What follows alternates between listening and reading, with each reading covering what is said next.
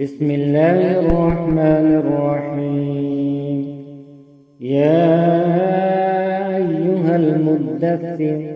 قم فأنذر وربك فكبر وثيابك فطهر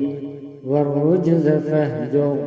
ولا تمنن تستكثر ولربك فاصبر فإذا نقر في الناقور فذلك يومئذ يوم عسير على الكافرين غير يسير. ذرني ومن خلقت وحيدا وجعلت له مالا ممدودا وبنين شهودا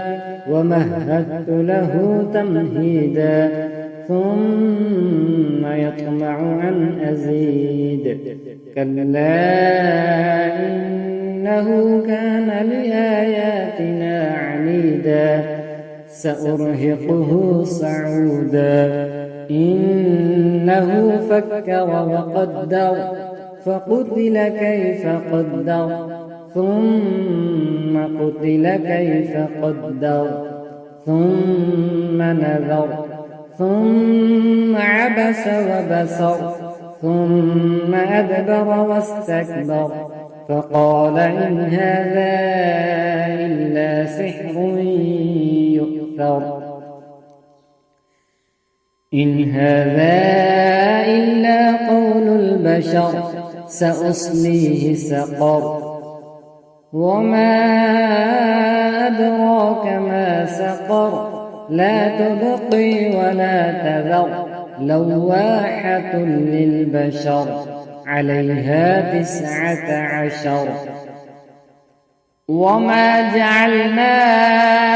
أصحاب النار إلا ملائكة وما جعلنا عدتهم إلا فتنة للذين كفروا ليستيقن الذين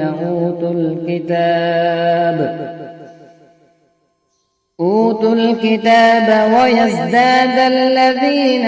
آمنوا إيمانا ولا يرتاب الذين أوتوا الكتاب والمؤمنون وليقول الذين في قلوبهم مرض والكافرون ماذا أراد الله بهذا مثلا كذلك يضل الله من يشاء ويهدي من يشاء